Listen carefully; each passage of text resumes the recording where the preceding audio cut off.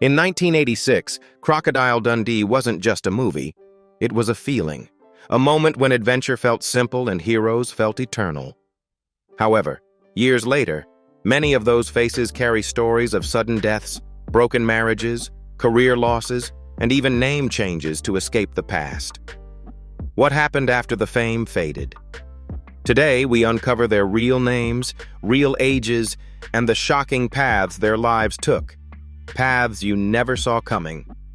Paul Hogan as Mick Crocodile Dundee. Mick Crocodile Dundee, the outback adventurer in Crocodile Dundee, 1986, was portrayed by Paul Hogan. At 47 years old, he stepped into the role in 1986. The character's humor, restraint, and quiet masculinity turned him into a global symbol overnight. What audiences never saw was that this role would slowly imprison the man who created it. Paul Hogan, born October 8, 1939 in Parramatta, New South Wales, entered international fame later than most stars, already carrying the weight of a full adult life behind him. After Crocodile Dundee, studios demanded repetition rather than growth. He returned in Crocodile Dundee 2 and later Crocodile Dundee in Los Angeles. But each sequel narrowed his image further. Attempts to break away, such as the gentler, morally driven Almost an Angel and the Western comedy Lightning Jack, revealed how little patience Hollywood had for reinvention. When those films underperformed, industry confidence evaporated quickly, and opportunities began to thin. As creative frustration mounted, external pressures grew harsher. Hogan became entangled in years of tax investigations spanning Australia and the United States, accusations that froze assets and trapped him in prolonged legal uncertainty. Film work slowed while court hearings multiplied. Headlines replaced premieres. The constant scrutiny transformed fame into suspicion and success into liability. The toll was not only psychological. As the years passed, physical decline crept in quietly but visibly. Chronic joint pain limited mobility, long periods of stress weakened resilience, and the robust image of Dundee began to fracture in real life. By the time the very excellent Mr. Dundee arrived decades later, its self-aware humor masked a deeper truth. Hogan was negotiating legacy, not revival. By 2026, Paul Hogan is 87 years old, living largely out of the public eye. His estimated $20 million net worth reflects survival after attrition rather than uninterrupted success, a fraction of the peak fortune once associated with his name. Linda Kozlowski as Sue Charlton. Sue Charlton, the determined journalist in Crocodile Dundee, 1986, was played by Linda Kozlowski. She was 28 years old when she appeared in the film in 1986, bringing a sharp intelligence and emotional restraint that grounded the story's fantasy. Her performance gave Mick Dundee credibility in the modern world and made Sue far more than a romantic accessory. Ironically, that very success would go on to define the rest of her career. Born on January 7, 1958 in Fairfield, Connecticut, Kozlowski entered Hollywood armed with elite training and serious artistic intent. A graduate of Juilliard, she approached acting as craft, not celebrity. After the global explosion of Crocodile Dundee, she returned in Crocodile Dundee 2, 1988, hoping the sequel's success would open doors to more complex work. Instead, the offers that followed, including Pass the Ammo, 1988, revealed a troubling pattern. Roles were flatter, scripts thinner, and her characters increasingly defined by proximity to male leads rather than inner life. That erosion was not only emotional, it became physical. During the years surrounding Backstreet Justice and eventually Crocodile Dundee in Los Angeles, 2001, Kozlowski experienced severe stress-related illness. She later spoke openly about chronic digestive disorders, extreme fatigue, and anxiety that made daily functioning difficult. Sets became places of pressure rather than creativity. Acting, once a disciplined joy, turned into a source of dread, forcing her to confront a painful truth. Continuing might cost her health entirely. By 2026, Linda Kozlowski is 68 years old, fully withdrawn from the film industry and living a life intentionally removed from Hollywood's machinery. Her estimated $10 million net worth reflects careful rebuilding after departure, not reward for prolonged endurance. Her story is not one of fading relevance, but of survival. John Meillon as Walter Riley. Walter Riley, the hard-edged pub owner in Crocodile Dundee, 1986, was portrayed by John Meillon. He was 52 years old when he appeared in the film in 1986, carrying a weathered authority that felt earned rather than performed. For international audiences, this was a striking introduction to his presence. For Meillon, it was a rare moment of global visibility arriving after decades of physical and emotional wear. Born on May 1, 1934, in Mosman, New South Wales, Meillon had already lived several professional lifetimes by the time Dundee reached cinemas. He earned deep respect for uncompromising performances in Wake and Fright, The Cars That Ate Paris, and The Picture Show Man, films that demanded intensity and psychological endurance. Yet acclaim never translated into security. He was repeatedly cast as the indispensable supporting force, rarely offered the narrative center. The work never stopped, and neither did the pressure. Even after receiving major praise for The Fourth Wish and appearing in politically charged television like The Dismissal, Meillon was expected to keep moving. Films such as Heatwave and Frenchman's Farm arrived one after another, each adding to the toll. The industry leaned on his gravitas while offering little respite, and exhaustion became a constant companion rather than a passing phase. Over time, that exhaustion turned corrosive. Years of alcohol dependence, initially a coping mechanism for stress and relentless schedules, accelerated severe liver damage. While still working on projects like The Everlasting Secret Family, symptoms of cirrhosis crept in. Persistent fatigue, internal pain, swelling, and visible physical decline. Yet Meillon continued recording voiceovers for Victoria Bitter commercials, his iconic baritone projecting strength and camaraderie even as his body weakened behind the microphone. John Meillon died on August 11, 1989, at just 55 years old, in Neutral Bay, New South Wales, from liver cirrhosis, only 3 years after Crocodile Dundee brought him worldwide recognition. His estimated $2 million net worth, built through acting and voice work, reflected relentless labor rather than reward. He was later honored with the Raymond Longford Lifetime Achievement Award, a final acknowledgement that arrived after the struggle was over, offering tribute but no relief to the suffering that defined his final years. David Gulpilil as Neville Bell. Neville Bell, the Aboriginal tracker in Crocodile Dundee, 1986, was portrayed by David Gulpilil. At 33 years old, he appeared in the film in 1986. His role added authenticity and quiet authority to the story. Behind the camera, he was already living under immense, invisible strain. Born on July 1, 1953, in Arnhem Land, Northern Territory, Gulpilil had been famous for nearly 2 decades by the time Crocodile Dundee arrived.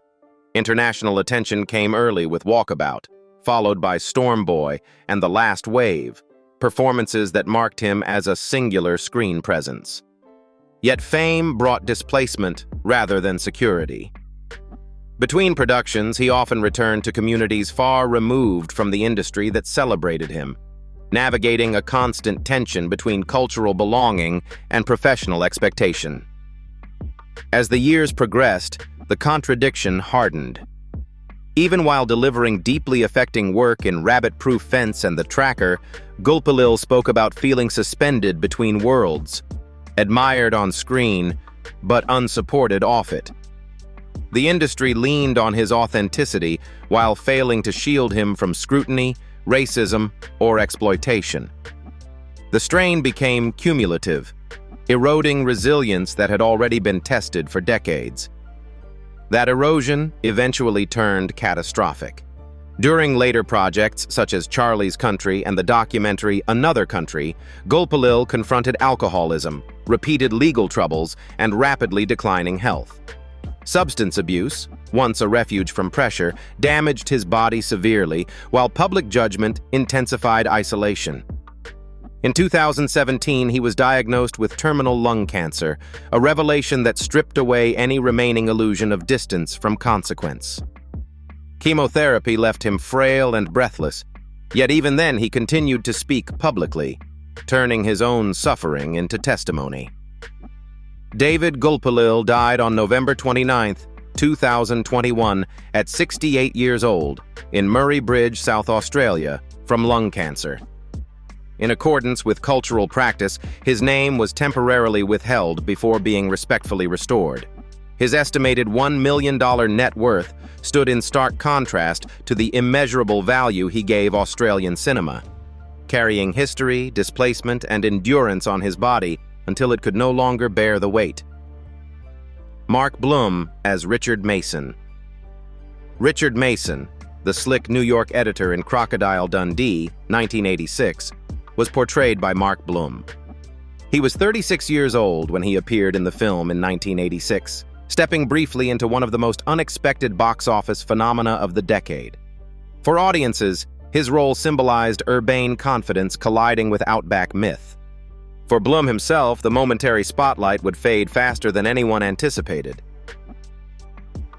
Born on May 14, 1950, in Newark, New Jersey, Mark Blum was already a committed theater actor long before Dundee reached global screens. Around the same period, he appeared in Desperately Seeking Susan and Just Between Friends, performances praised for intelligence and subtlety rather than flash. These films kept him visible, but they failed to rebrand him as a Hollywood commodity. As the industry chased novelty, Blum found himself quietly edged back toward the stage, where craft mattered more than celebrity. That separation between respect and reward hardened with time. While he continued screen work in Blind Date and The Presidio, his professional center of gravity shifted decisively to theater. Broadway and off-Broadway productions, such as Lost in Yonkers and Gus and Al, demanded emotional rigor and offered artistic fulfillment. Gus and Al even earned him an Obie Award. Yet critical acclaim did not guarantee stability. The pressure of sustaining relevance never fully eased. Teaching at HB Studio and later securing a recurring role in Mozart in the Jungle provided continuity, but not insulation. Blum lived with the constant tension familiar to many working actors, always employed, never secure. The years accumulated quietly, auditions, rehearsals, guest roles, without the safety net of star power or long-term contracts. In 2020, that vulnerability turned lethal. As COVID-19 swept through New York, Blum contracted the virus while still active and working. Hospitalized at New York Presbyterian, his condition deteriorated rapidly as his lungs failed under the infection's weight. He died on March 25, 2020, at 69 years old, one of the industry's quiet casualties of the pandemic. His estimated $3 million net worth reflected decades of discipline and endurance, not the rewards of fame, an ending as understated as the life that preceded it. Michael Lombard as Sam Charlton. Sam Charlton, the restrained newspaper publisher in Crocodile Dundee, 1986, was played by Michael Lombard. At 52 years old, he appeared in the film in 1986, projecting authority through restraint rather than spectacle. The role felt natural, almost inevitable. It also mirrored the professional ceiling he would confront again and again. Born on August 8, 1934, in Brooklyn, New York, Lombard had earned deep respect on the stage long before Dundee. His performance in The Basic Training of Pavlo Hummel brought award attention, while television work in Filthy Rich and Barney Miller established him as dependable and intelligent. Later films such as Pet Sematary and The Thomas Crown Affair expanded his resume, yet leading roles remained elusive. Each credit added credibility, but none translated into leverage. As the years advanced, that imbalance intensified. Lombard worked relentlessly. Guest appearances on Law & Order, Miami Vice, and Spencer. For hire filled schedules, but not savings. Stage work demanded long rehearsals, physical stamina, and constant travel, even as age slowed recovery. He carried the risk personally, knowing that one missed audition could mean months without income. The cumulative strain was quiet, but unforgiving. Decades of performance left little room for rest, and the industry offered no pause. Lombard remained committed to the work, but the margin for error narrowed with each passing year. By the time the world entered 2020, he was still laboring under the same conditions that had defined his career. When Lombard contracted COVID-19 during the height of the pandemic, his body struggled to respond. Complications escalated rapidly, combining respiratory collapse with cardiovascular failure. He died on August 13, 2020, at 86 years old, after a swift decline that mirrored the crisis itself. His estimated $1.5 million net worth told a stark story of endurance rather than reward. A life spent working constantly, respected deeply, and lost quietly. Caitlyn Clark as Simone, the warm-spirited woman drifting through New York nightlife in Crocodile Dundee, 1986, was played by Caitlyn Clark. She was 34 years old when she appeared in the film in 1986, at an age when many actresses expect momentum to solidify. The role was brief, intimate, and quietly human, leaving a soft impression rather than a dramatic mark. Few viewers realized it arrived at a moment when her career was already being pulled in opposing directions. Born on May 3, 1952, in Pittsburgh, Pennsylvania, Caitlyn Clark built her reputation on discipline, intellect, and physical commitment rather than visibility. Earlier in the decade, she had carried the demanding lead of Valerian in Dragon Slayer, 1981, a role that required endurance, precision, and emotional restraint. The film suggested a strong cinematic future, yet the industry quickly shifted its attention elsewhere. After Crocodile Dundee, film offers slowed, and Clark found herself oscillating between guest television work and auditions that rarely translated into lasting opportunity. Television kept her visible but unsettled.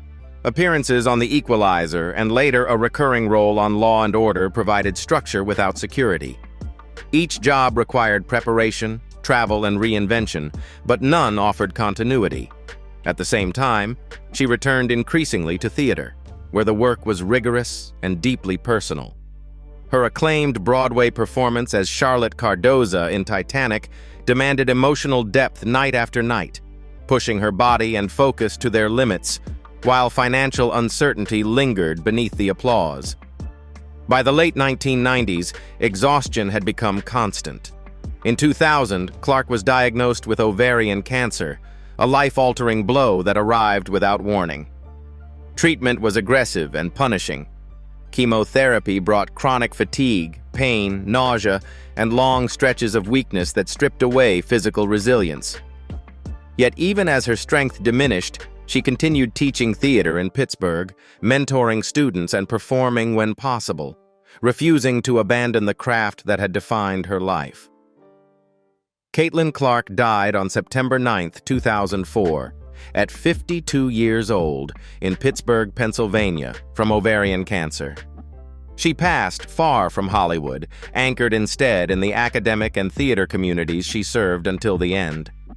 With an estimated $800,000 net worth, her legacy was never about wealth or recognition, but about perseverance, dignity, and an unbroken devotion to performance, even as her body failed her.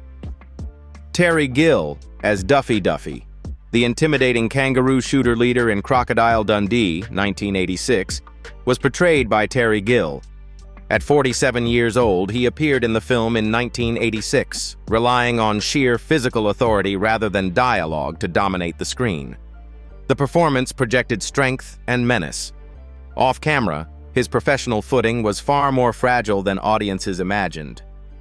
Born on October 25, 1939, in England, Terry Gill spent much of his adult life chasing stability after emigrating to Australia. The transition was unforgiving.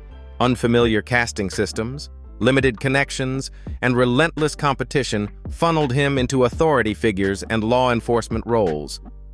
He worked steadily in productions such as Far Lap, Prisoner, and The Flying Doctors, later adding Neighbors and Blue Heelers. The work kept coming, but advancement never followed. That professional stagnation bred quiet strain. Gill balanced television acting with running the Tivoli Theatre restaurant in Melbourne, maintaining exhausting schedules that left little room for rest. The pressure to stay physically imposing never eased, even as age crept in. Long-term smoking, common and unchallenged in his generation, slowly destroyed his lungs.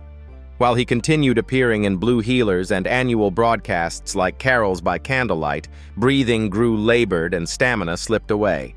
When lung cancer was finally diagnosed, the disease was already advanced.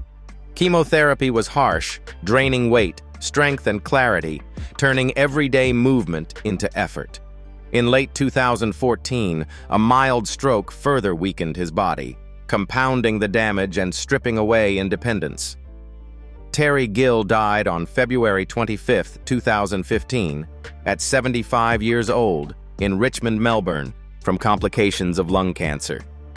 His estimated $1 million net worth reflected decades of uninterrupted labor rather than security or reward. His passing closed a career defined not by fame, but by endurance, an actor who kept working until his body simply could not continue. Anne Francine, as Fran, the refined socialite in Crocodile Dundee, 1986, was played by Anne Francine. She was 69 years old when she appeared in the film in 1986. Her screen time was brief, elegant, and controlled, echoing a lifetime of stage discipline. What audiences could not see was how close she already was to physical exhaustion after decades of relentless performance. Born on August 8, 1917. In Atlantic City, New Jersey, Anne Francine had lived most of her adult life under the unforgiving lights of theater. She had commanded Broadway in productions like Gypsy, Mame, and later Anything Goes, earning admiration for precision and presence rather than celebrity flash. Film appearances such as Juliet of the Spirits and Savages expanded her resume, but never replaced the stage as her true home. By the early 1980s, however, invitations slowed. Roles aged with her, and the industry quietly shifted its attention elsewhere. The real collapse came in the early 1990s. A devastating stroke stripped Francine of her speech, a cruel irony for a performer whose voice had carried entire theaters. The loss was not only physical, but existential, suddenly unable to perform, rehearse, or even converse as she once had. Isolation followed, compounded by repeated hospitalizations and increasing weakness. Yet, she refused disappearance. Even after losing her voice, she continued teaching musical theater at the Eugene O'Neill Theater Center, guiding students through classics she once embodied, using notes, gestures, and memory instead of sound. Pneumonia struck repeatedly, each episode leaving her frailer, while cognitive strain and muscle deterioration narrowed her world further. Anne Francine died on December 3, 1999, at 82 years old in Connecticut, after complications from stroke and pneumonia. She was laid to rest in the Michael Arrett Mausoleum at Laurel Hill Cemetery in Philadelphia. Her estimated $700,000 net worth reflected a life devoted to craft rather than accumulation. In the end, her legacy was not measured in wealth or screen time, but in endurance. Reginald VelJohnson as Gus, the New York chauffeur in Crocodile Dundee 1986, was portrayed by Reginald VelJohnson. At 34 years old, he appeared in the film in 1986. The role was brief, understated, and easily overlooked among louder personalities. Yet it placed him at the edge of a career still struggling to define itself.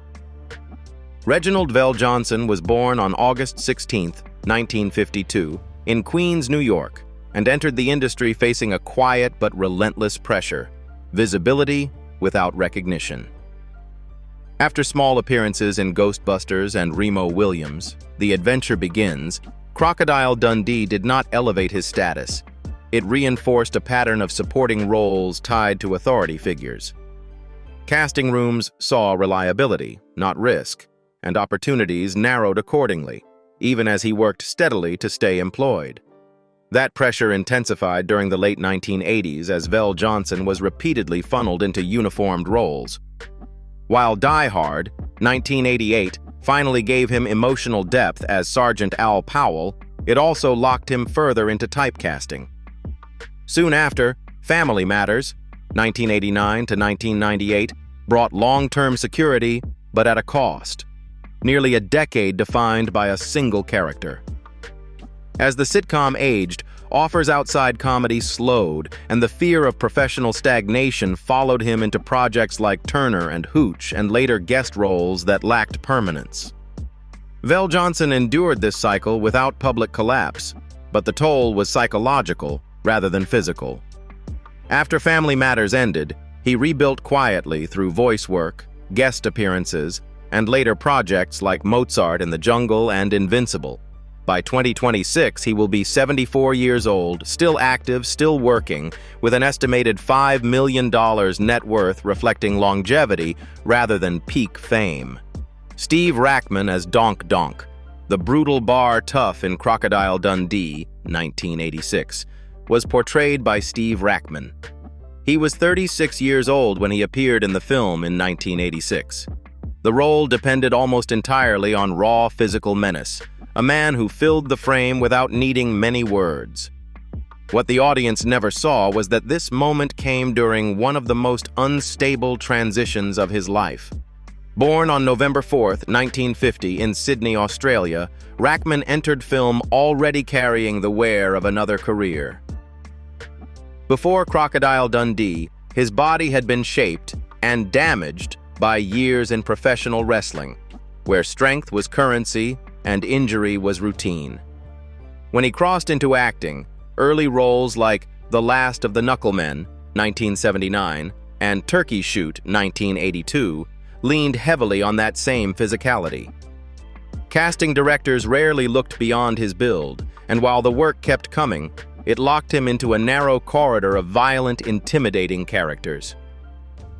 By the late 1980s and early 1990s, that trap became suffocating. Rackman returned as Donk in Crocodile Dundee 2, 1988, and later Crocodile Dundee in Los Angeles, 2001. Extensions of familiarity rather than growth. The injuries from wrestling never fully faded. Joint pain, chronic stiffness, and declining stamina followed him onto sets. He was expected to look powerful even as maintaining that physique required constant strain. Eventually, Rackman made a quiet but necessary retreat. Acting became secondary as he redirected his remaining strength into running a gym in Sydney, a way to stay connected to the world that once defined him without destroying what health he had left. By 2026, he will be 76 years old, living far from red carpets and press calls, with an estimated $800,000 net worth earned through decades of physical sacrifice. Jerry Skilton as Nugget. Nugget, the quiet, loyal bush companion in Crocodile Dundee, 1986, was portrayed by Jerry Skilton. At 41 years old, he appeared in the film in 1986. The character spoke little but stayed constantly at Mick Dundee's side, becoming familiar to audiences almost by accident. What looked like effortless inclusion in a global hit was, in reality, the peak of a very narrow career path. Jerry Skilton was born on March 12, 1945, in Sydney, Australia, and his professional life unfolded mostly in the margins of the industry. After Crocodile Dundee, he remained visible through repetition rather than expansion, returning in Crocodile Dundee 2, 1988, and Crocodile Dundee in Los Angeles, 2001. Outside the franchise, work was sporadic and modest. Appearances in Cyclone Tracy and Mr. Reliable kept him active but never elevated his status. Casting doors rarely opened wider, and the industry quietly labeled him as a single-character presence. That limitation translated into long-term financial pressure. As years passed without breakout roles, Skilton faced the reality shared by many supporting actors: recognition without security. Even as the Dundee films continued to earn nostalgia-driven attention, residual income was limited and new offers failed to materialize. His decision to self-fund the 2010 project Nugget Gets a Life revealed both determination and desperation. However, Skilton stepped back rather than burn out, choosing stability over pursuit. By 2026, he is 81 years old, living quietly, with an estimated $500,000 net worth, shaped by persistence rather than reward. His story is not one of scandal or tragedy, but of a man permanently associated with a cultural icon, who paid the price of being remembered for one role while the rest of his career slowly faded from view. So after all these years, which Crocodile Dundee cast member's journey surprised you the most? The ones who faded quietly, or the ones who carried invisible battles behind their fame? Their stories remind us that success on screen doesn't always mean an easy life off it. If you enjoyed uncovering the real names, ages, and the hidden truths behind the cast of Crocodile Dundee, 1986, don't forget to like, subscribe, and turn on notifications so you won't miss our next deep dive into classic movie legends.